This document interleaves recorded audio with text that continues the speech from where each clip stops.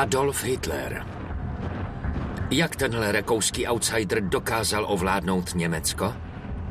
Náš vlastní národ. Jak dokázal zasít takovou nenávist a násilí, které přinesly smrt milionům lidí? Hitler a nacisté vyhnali z Německa vědce a inteligenci.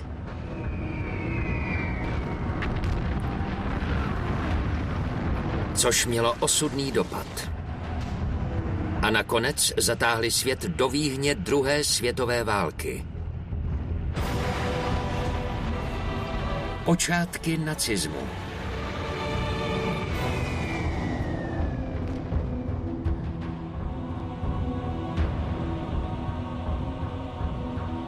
Neobvyklý vzestup Hitlerovy moci začíná během tragické první světové války.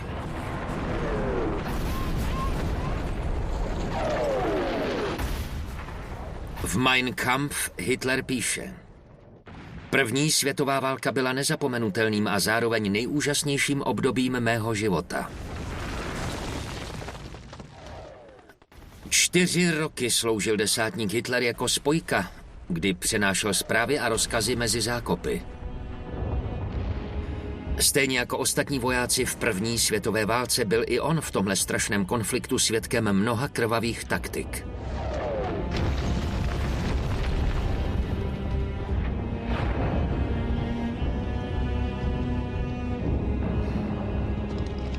Hitler se postupně stal fanatickým nacionalistou. V zákopech se rozhodl, že jednou bude mluvit za všechny své spolubojovníky. Zkrátka, že se dá na politiku.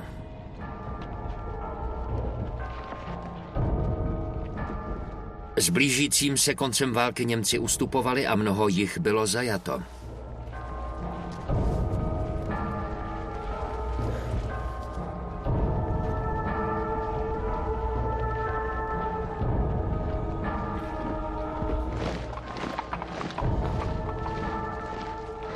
Když vojáci pochodovali francouzskými a belgickými vesnicemi, které poslední 4 roky ničili, snažili se zachovat si důstojnost. Hitler byl posedlý myšlenkou, která hnala jeho politické ambice. Odmítl uvěřit, že jeho vlast prohrála v rovnocenném boji a trval na tom, že Německo zaprodali Židé. Německo 1919. Po skončení války hledali někteří Němci obětního beránka. Když se Hitler vrátil z bojiště, bylo Německo uprostřed revoluce. Mladá republika bojuje s marxisty, snažícími se uchopit moc.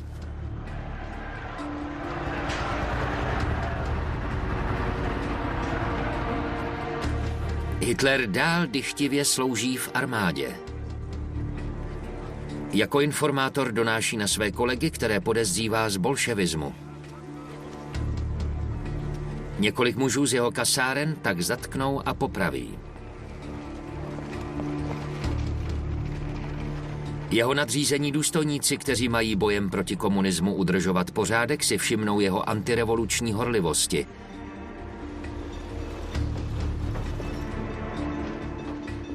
Dají mu proto za úkol politickou převýchovu vracejících se vojáků a zajatců.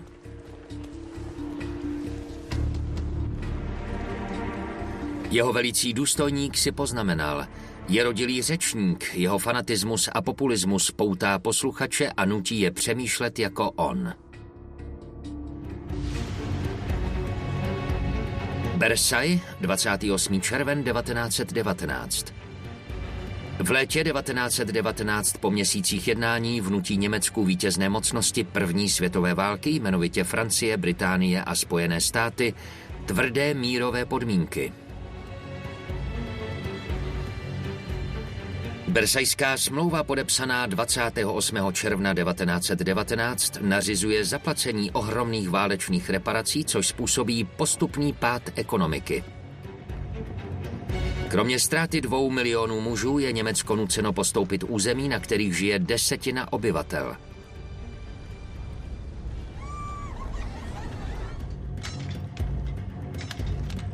Navíc Němci musí přihlížet ničení svých ponorek, válečných lodí a letectva. Stav německé armády je snížen na 100 000 mužů. Vojenští velitelé posílají Hitlera na výzvědy do Bavorska, aby sledoval tamní krajní pravicovou stranu, z níž se zrodí nacisté. Zde vidíme Hitlera poprvé na demonstraci dělnické strany. Stotožnil se s jejich zápalem a stal se profesionálním politickým agitátorem.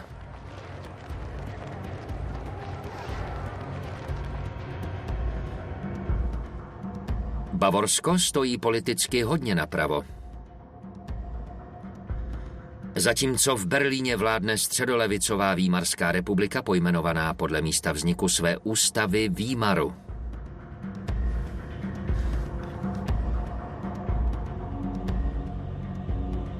Z Hitlera se stává zarytý Bavorák, jenž nesouhlasí s představiteli vlády Německé republiky, kteří přijali tvrdé podmínky Versajské smlouvy. I armáda sdílí Hitlerův odpor proti takzvané loutkové vládě. Nespokojení váleční vysloužilci se scházejí v mnichovských pivnicích.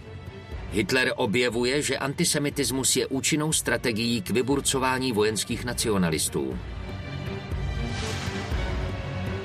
Mezi krajními pravicovými radikály stoupá v Malé Straně rychle nahoru.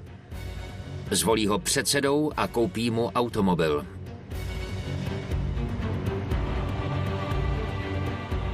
Mění název strany, aby zapůsobil na větší počet voličů a ukázal svůj protikapitalistický postoj.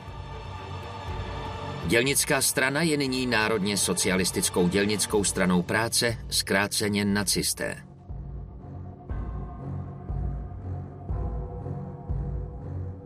K ochraně sjezdů vytváří jednotky SA, úderné oddíly, které se stanou jeho osobní armádou.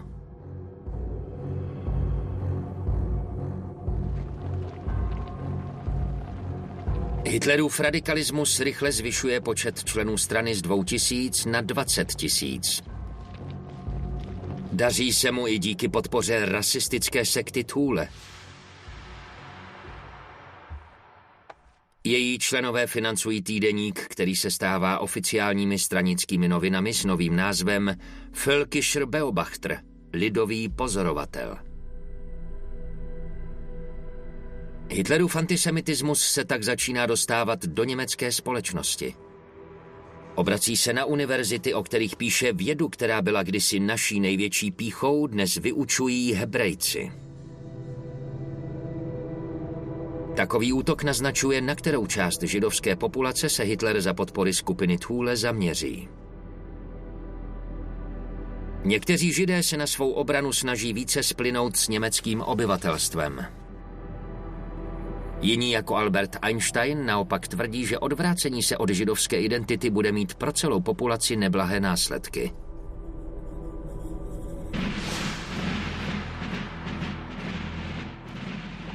– 11. února 1923 sledují šokovaní a bezradní Němci, jak porůzí středisko důlního a ocelářského průmyslu, obsazují francouzští a belgičtí vojáci.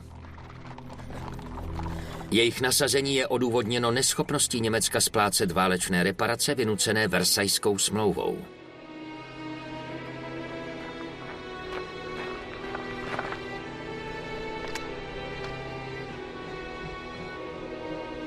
Francouzi a Belgičané si tak berou platbu rovnou v podobě uhlí. Následkem toho nařizuje německá vláda pasivní odpor, stávku horníků a železničářů. Francouzi však stávkující horníky jednoduše nahradí. Pro Němce tak nezbývá žádné uhlí a situace se nebezpečně vyhrocuje. 10. března 1923 je zavražděn francouzský důstojník Pierre Colpan. Během smutečního průvodu do jeho rodného města napadají francouzští vojáci každého Němce, který nesmrkne.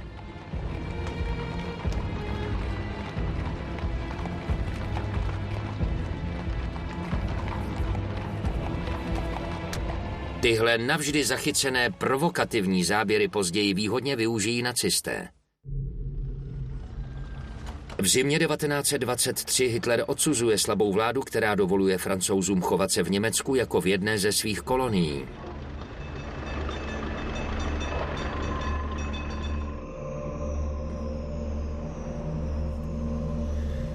Němcům je zima a mají hlad.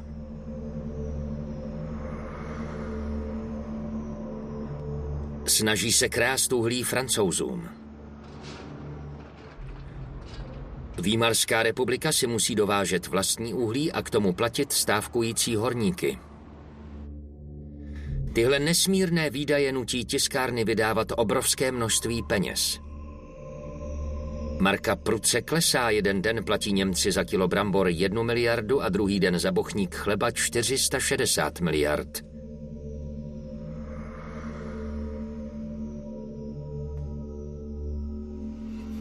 V téhle situaci neskutečné inflace a nezaměstnanosti mobilizuje bavorská krajní pravice. Hitlerovi se daří spojit rozhořčené skupiny veteránů a plánuje převrat. Chce táhnout na Mnichov a poté na Berlín.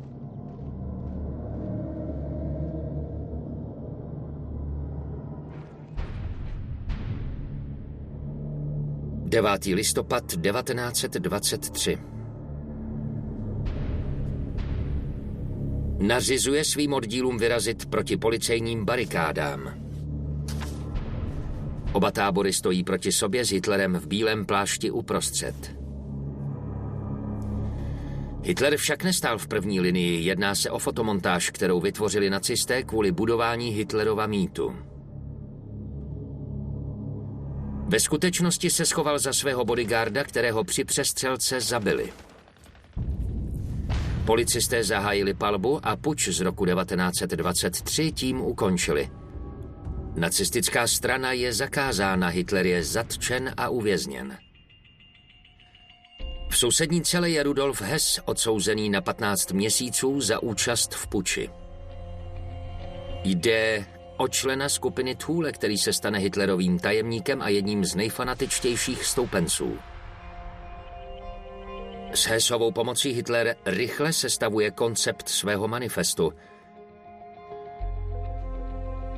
Knihu chce pojmenovat 4,5 roku boje proti lžím, hlouposti a zbabělosti.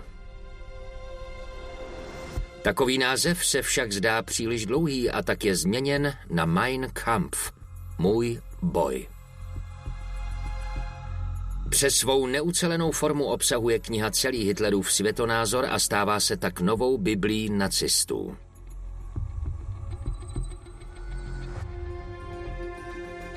Hovoří v ní o boji nadřazené rasy vysokých světlovlasých Árijců a o porážce Francouzů a Židů, které vůbec nepovažuje za lidi.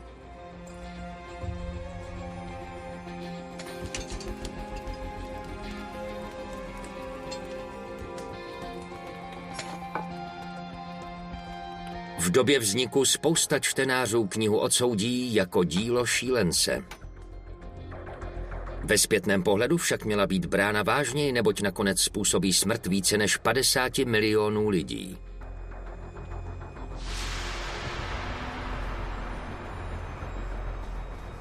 Po propuštění z věznice Hitler zjišťuje, že je slavný, z čehož bude těžit po zbytek svého života. Berlín, rok 1925.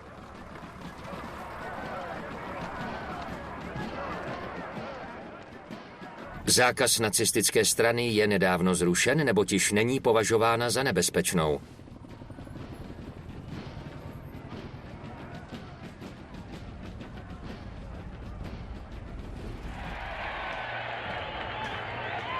Prezidentem je zvolen válečný velitel maršál von Hindenburg.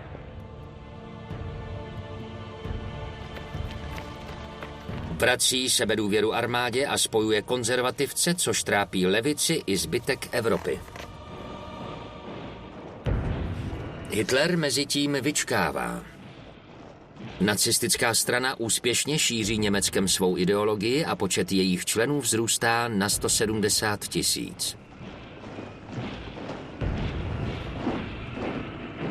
Hitler přetváří své úderné oddíly v poslušnou soukromou armádu.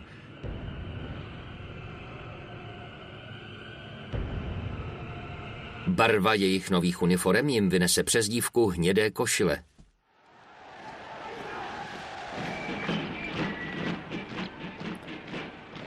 Uniformu SA navrhla skupina vybraných německých návrhářů, mezi nimiž je i stuttgartský krejčí Hugo Boss, který svou účast zmiňuje i ve své reklamě.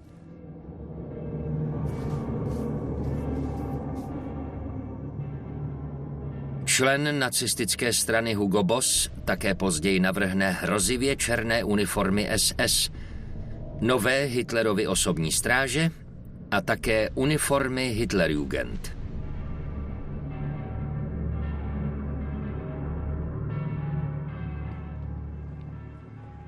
Obrovsky nákladnou kampaň financují peníze řadových straníků a bohatých sympatizantů, jakým je například ocelářský magnát Fritz Thyssen, který již své závody připravuje na zbrojní výrobu.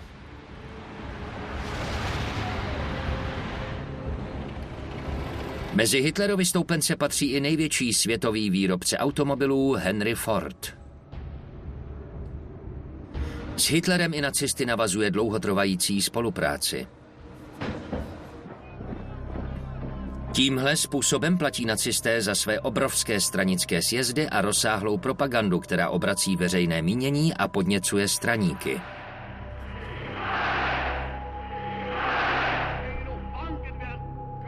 Nacistický prapor hodlivě hlásá Deutschland erwache, Německo probuď se.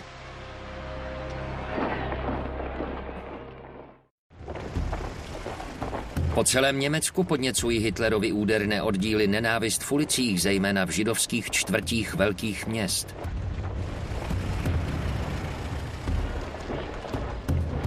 Ve společnosti zdánlivě vypadající jako mírová rozpoznal spisovatel Stefan Zweig rodící se násilí.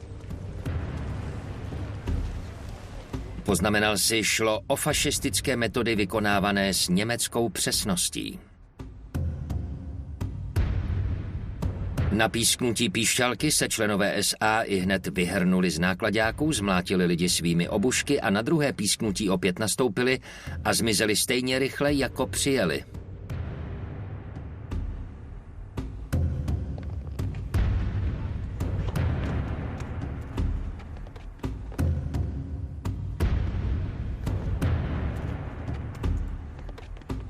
Všechno zastrašování a teror má však chabý výsledek. Ve volbách v roce 1928 získali nacisté pouhých 2,6%, což je necelý 1 milion voličů. Přesto těchto 2,6% reprezentuje v berlínském Reichstagu 12 převážně venkovských mandátů.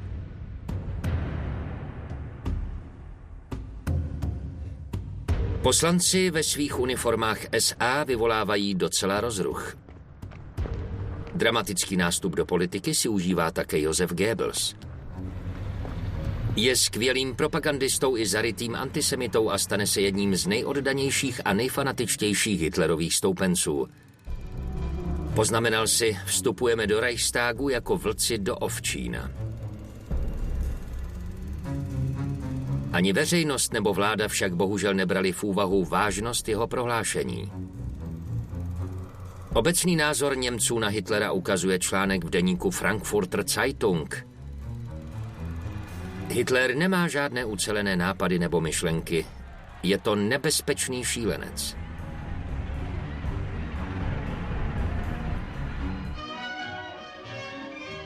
Němci se nebojí. Aby měl Hitler vůbec šanci uspět v politice, muselo by se stát něco hrozného.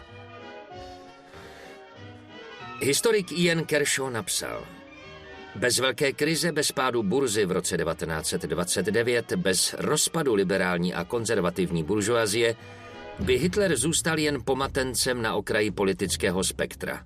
Hitler se však nevzdal.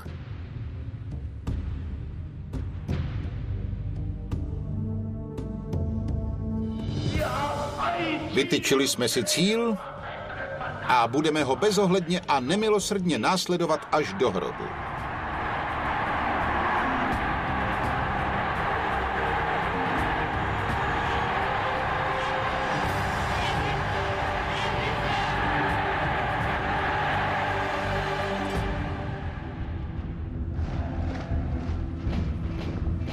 Norimberk, rok 1929. Nacisté organizují sjezd, který znamená počátek takzvaného pokojného nástupu Adolfa Hitlera.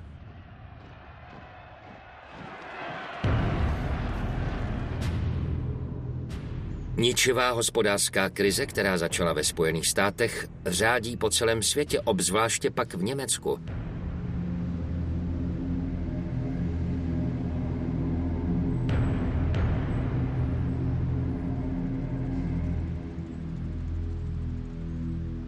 Továrny postupně zavírají, což znamená 6 milionů nezaměstnaných.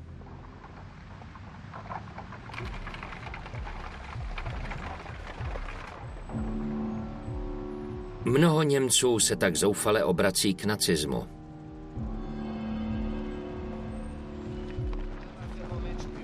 Lidé více než kdy jindy hledají obětního beránka.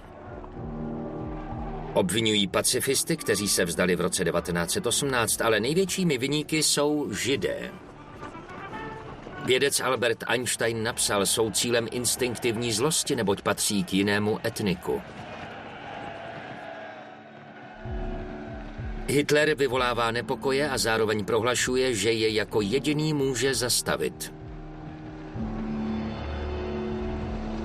Jedná se o politické vydírání, které zabírá.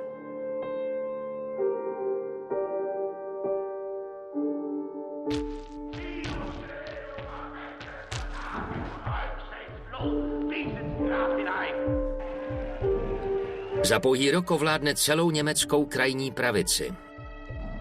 Německo je nyní nebezpečné pro internacionalistické, pacifistické nebo intelektuální Židy. Einstein začíná dostávat výhrůžky a později na něj nacisté dokonce vypíšou odměnu.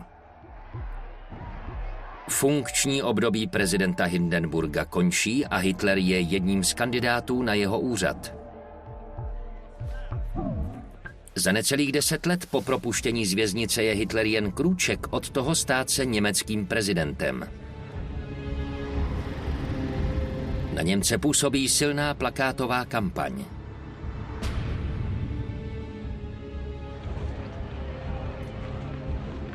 Šéf propagandy Josef Goebbels provádí moderní předvolební tažení jako první v Evropě i za pomocí letadel.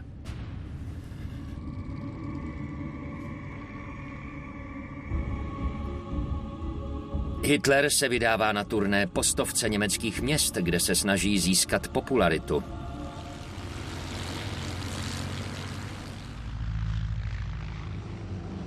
Goebbels vymýšlí slogan vůdce Německa. Týden před prezidentskými volbami mluví Hitler ke 100 000 Berlíňanů, kteří jsou znechuceni a unaveni tradičními stranami, jež nejsou schopné zvrátit hospodářskou krizi. Nikdo nemluví o desítkách tisíc lidí, kteří se každoročně ze zoufalství oběsí.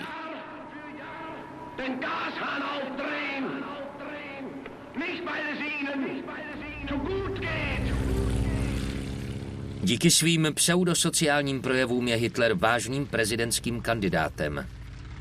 Tisk se může přetrhnout. Pravice ho vidí jako politického dobrodruha. Levice ho častuje osobními urážkami.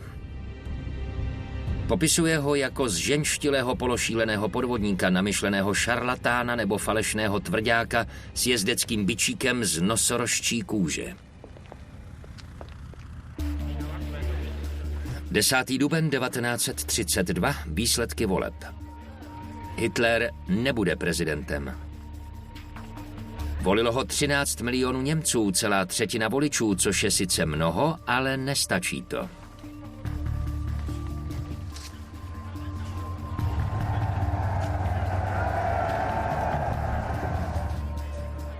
Hindenburg, zvolený znovu s podporou sociálních demokratů, se chce zbavit politické závislosti, proto i hned souhlasí s dalšími volbami. Hitler pokračuje ve svém pokojném vzestupu a zahajuje novou kampaň.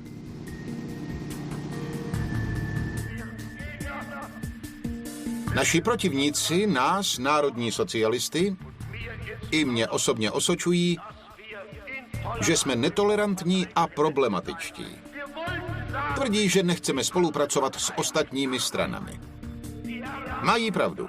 Nejsme tolerantní. Mým cílem je zbavit Německo všech 30 politických stran.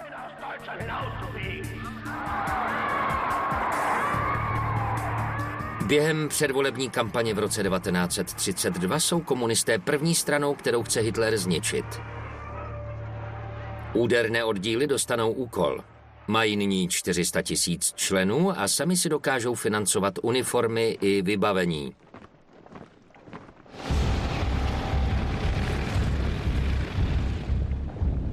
Červen 1932. Během letního předvolebního boje došlo k násilnostem. Oddíly SA za spolupráce policie vyprovokovaly pouliční bitky s komunisty. Výsledkem je několik mrtvých a stovky zraněných komunistů. Mnoho Němců unavených z nepořádku a vládní bezmoci násilnosti nacistů schvaluje. Výsledkem je 230 nacistických křesel v parlamentu. Hitler je nyní předsedou nejsilnější strany v Německu. Červenec 1932. Konečně má poprvé moc na dosah.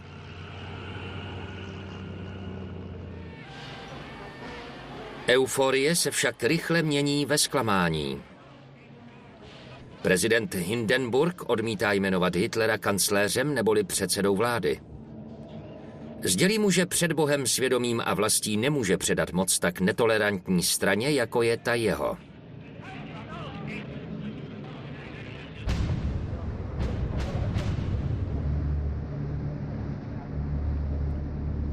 Po 3 měsících však stále nemá Hindenburg většinu a tak neochotně jmenuje Hitlera německým kancléřem.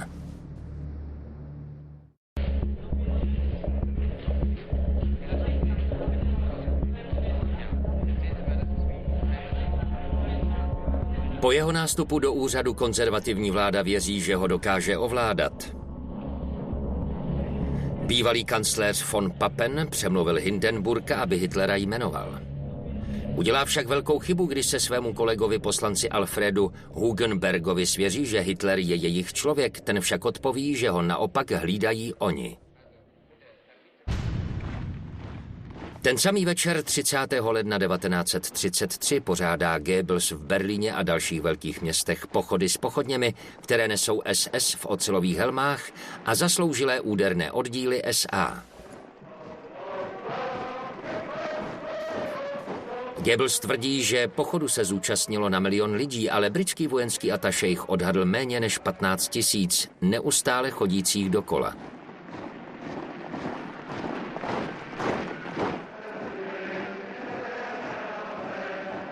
Hitlerovi je horečně vzdávána čest do oken kancléřství.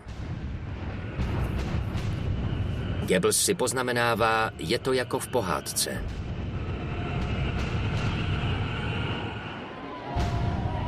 Únor 1933.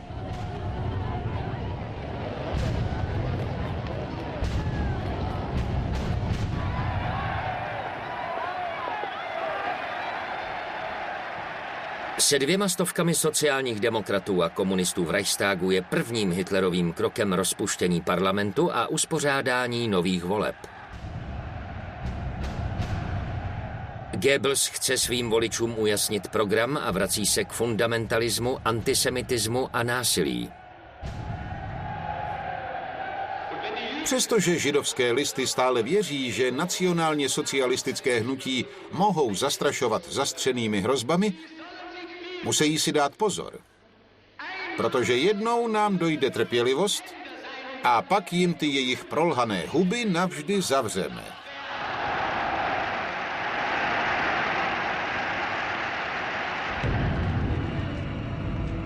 O pouhé 2 týdny později velká budova německého parlamentu přes noc vyhořela. Ze symbolu silné německé demokracie moc nezbylo. 27. únor 1933. Policejním vyšetřováním pod dohledem Hermana Göringa je usvědčen 24letý holandský komunista a notorický žhář Marinus van der Lubbe. Po rychlém rozsudku skončí pod gilotinou. Přestože někteří o viníkovi pochybují, jisté je, že na případu nejvíce vydělali nacisté. Hitler s Göringem uveřejňují rozsáhlé komunistické spiknutí. Göring nařizuje uvěznit 4 000 komunistů, včetně poslanců.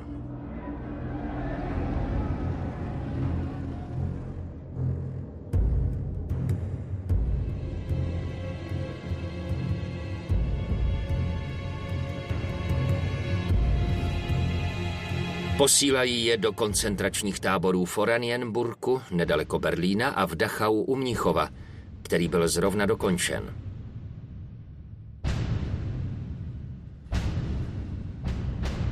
Během prvních měsíců nacistické vlády počet politických vězňů rychle roste. Hitler využívá svou pozici kancléře k dosazování svých spolustraníků do parlamentu a k likvidaci demokracie. Komunističtí poslanci jsou pryč, většinou v koncentračních táborech. Posledních 94 sociálních demokratů má dost odvahy na to, aby vyvolali hlasování proti Hitlerovi. Jsou také zatčeni a posláni do táborů nebo jsou nuceni odejít do exilu. 441 členů parlamentu od krajní pravice až po katolický střed nyní poslouchá Hitlerovi dlouhé nesouvislé projevy určené k povzbuzení představ občanů. Jako vždy slibuje vymýcení nezaměstnanosti, podporu zemědělců, úctu k zákonům a nejvíc ze všeho mír. Parlament si odhlasuje vlastní demisi tím, že Hitlerovi zaručí neomezenou moc na plné 4 roky.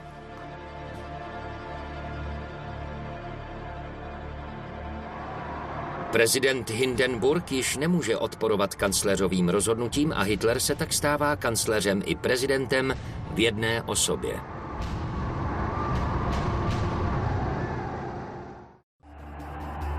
V létě 1933 se začínají objevovat obavy, že jednu z nejvyspělejších průmyslových zemí vede muž, jehož program je založen na antisemitismu.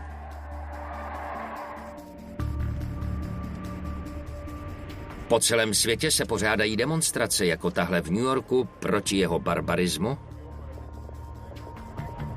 antiintelektualismu a antisemitismu. Všichni požadují celosvětový bojkot německých výrobků. Jako odpověď organizuje Hitler varovný jednodenní bojkot židovských obchodů.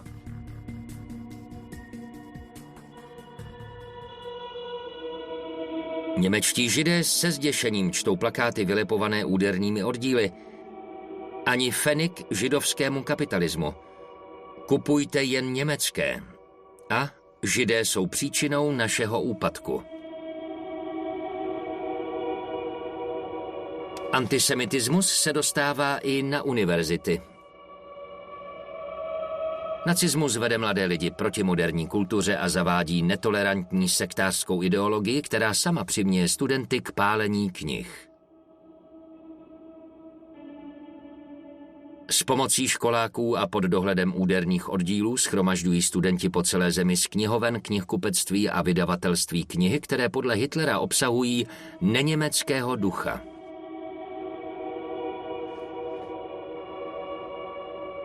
Stovky autorů se ocitají na černé listině, včetně Karla Marxe a Sigmunda Freuda, neboť jde o autory židovské, komunistické, feministické nebo jednoduše modernistické. Zákaz se týká tisíců děl a jsou zničeny stovky tisíc svazků, aby je nikdo nikdy nemohl číst.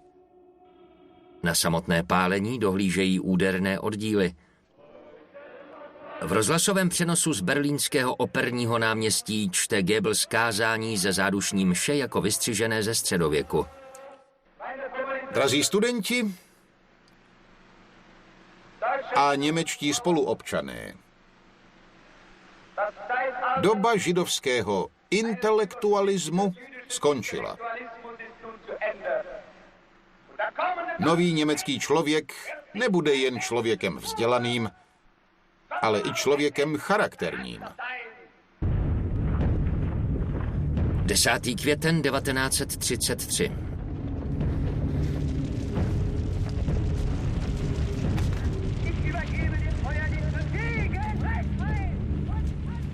Předseda francouzských socialistů Léon Blum si zapsal: Německu stačilo, aby se komunisté a sociální demokraté spojili. Sociální demokraté jsou však neochotní a komunisté dostali z Moskvy jasný rozkaz zakazující s nimi spolupráci a označující je za sociozrádce. Stalinovi osudné rozkazy tak jen nahrávají Hitlerovi.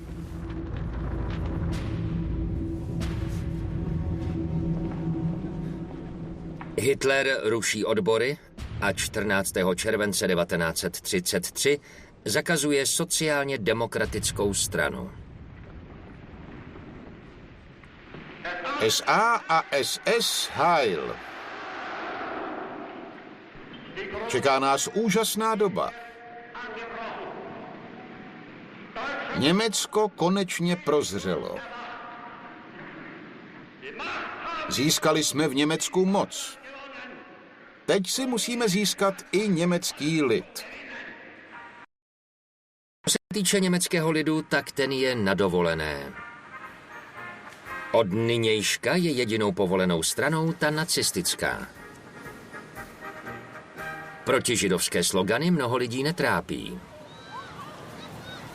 Většina Němců je lhostejná k osudu svých židovských spoluobčanů, kterých je přeci jen 500 000, tedy necelé procento populace.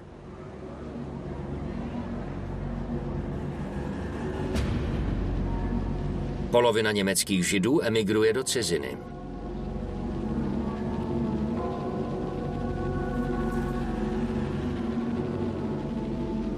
Ti méně movití jsou nuceni zůstat v Německu. Časem je čeká přesun do ghet na východě a nakonec likvidace ve vyhlazovacích táborech.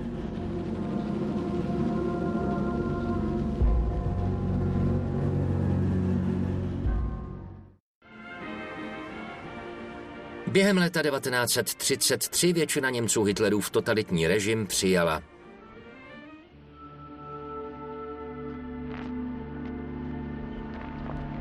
Hitler však ještě není neomezeným vládcem.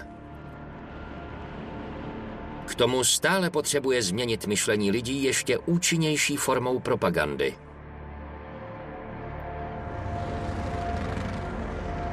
Hitler si uvědomuje, že podpora veřejnosti nestačí, že potřebuje mít i silnou armádu.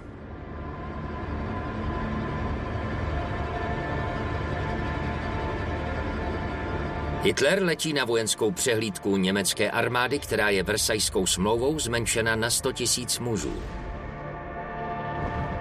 Malé množství však nahrazuje kvalitním výcvikem.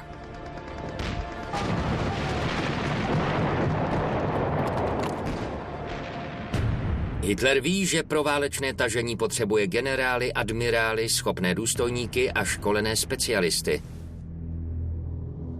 Vždy sliboval, že armádu osvobodí od Versajské smlouvy a vrátí jí bývalou sílu a vybavenost.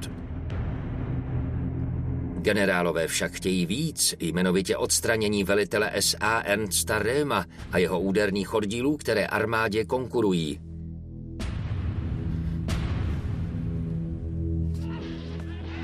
Röhma navíc kritizují za jeho iluzorní majestátnost a odvádění pozornosti od vůdce.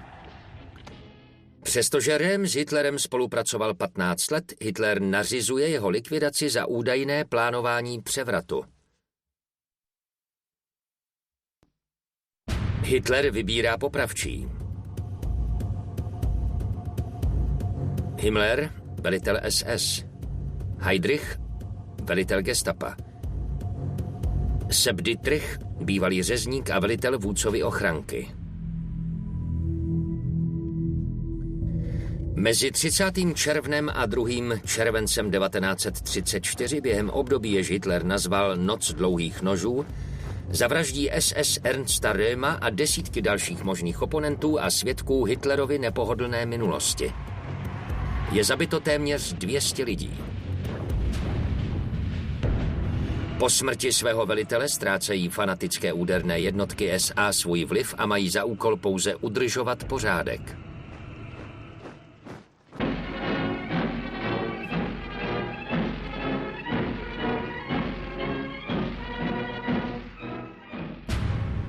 Hitler je nyní nikým neohrožován na samotném vrcholu.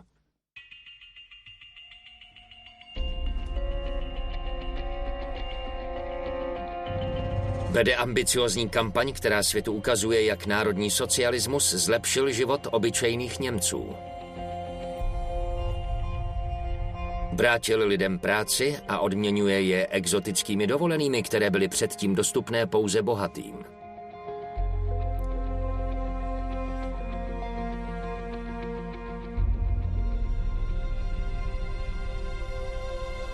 Zahajuje stavbu rychlostní dálniční sítě, která je první svého druhu na světě. Pracuje však i na svém rafinovanějším plánu. Prosazování norimberských rasových zákonů. Během křišťálové noci nechává vypálit synagogy, což je předehra ke konečnému řešení.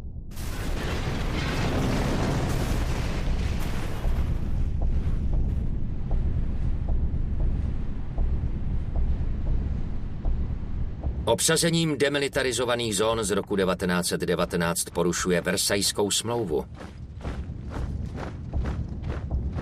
Neschopnost Francie a Británie reagovat žene Mussoliniho blíže k Hitlerovi a ten mu dovoluje připojení Rakouska jako součást plánu integrovat všechny německy mluvící lidi do Velkoněmecké říše.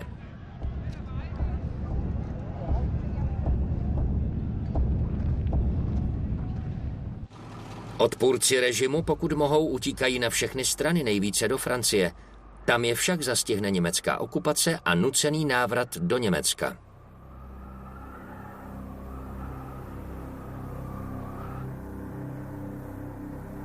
Židovští vědci a akademici mají zakázáno působit na univerzitách. To způsobí odchod 14 držitelů Nobelovy ceny a 26 profesorů fyziky. Hitler prohlásí, pokud odchod židovských profesorů způsobí úpadek moderní německé vědy, tak se bez ní těch pár let obejdeme. Tím si však Hitler podepsal rozsudek, neboť vyhnaní vědci v exilu pomohou spojencům sestrojit atomovou bombu.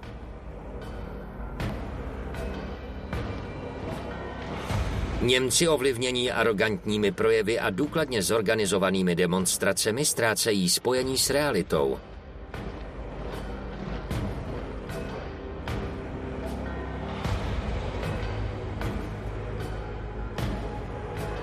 Hitler, připravený udeřit, zatáhne Německo se zbytkem světa do dlouhé noční můry, která bude stát život více než 50 milionů lidí.